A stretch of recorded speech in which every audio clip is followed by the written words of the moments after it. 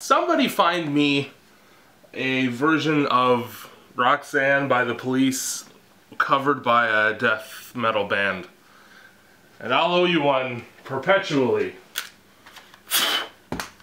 That didn't go anywhere. Over the past week I've noticed a few things I don't like, and now you're here, so this is your induction into my cave of nightmares, as it were. Walls lined with the flesh of humans with hopes and dreams, and a bottomless pit way at the back where you really have to intrude on all of my private space to get to it, so you kind of deserve to fall in.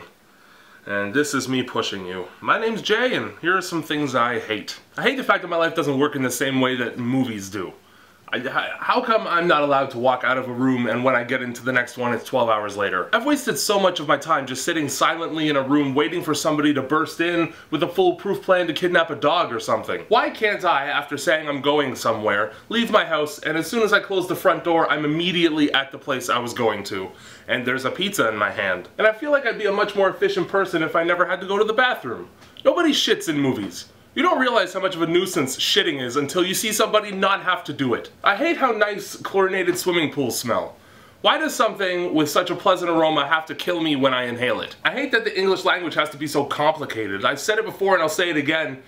If I was an immigrant, I would turn my mud hut boat 180 degrees around and leave immediately after somebody gave me an English dictionary. What are homophones? Homonyms? Jesus Christ, suddenly the danger of being firebombed by a neighbor in the night doesn't seem so bad. I hate when I'm at a restaurant and my server suddenly feels a compulsive need to come over and ask me how my meal is when my mouth is very obviously full of food.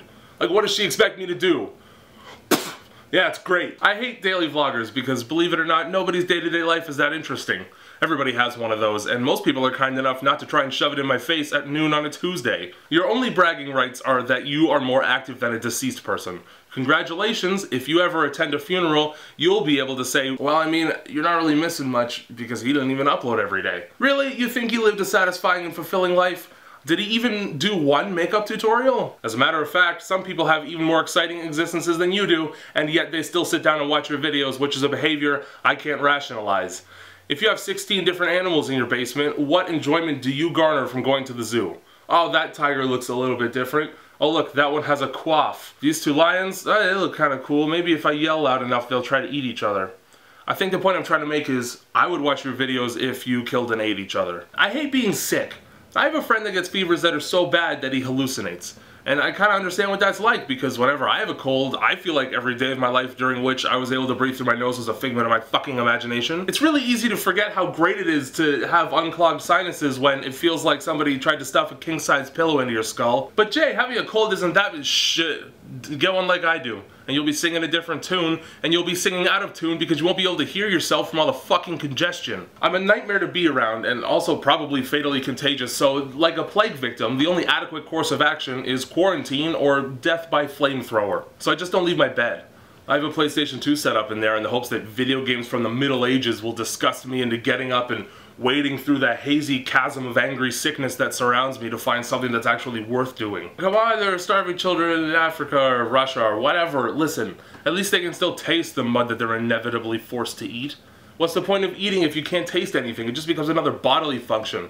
Like breathing, which I also can't fucking do, asshole universe! And finally, I hate that summoning Beetlejuice and summoning Bloody Mary are the same ritual, and the only difference is how close you are to a mirror.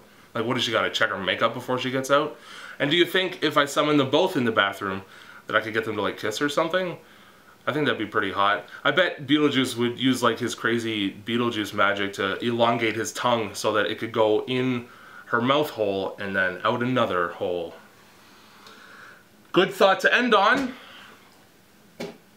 I hope you didn't come to this channel to be pleased. Bye! I hate the fact that this morning my cat was missing. And my grandfather had to go out into the neighborhood with a jar of treats, just shaking them. And I'm here setting up to shoot this video, and the cat comes waltzing up the stairs from deep within the closet she was sleeping in. We called your name like 8 times. I put an ad out on the internet. Why did you do this to me?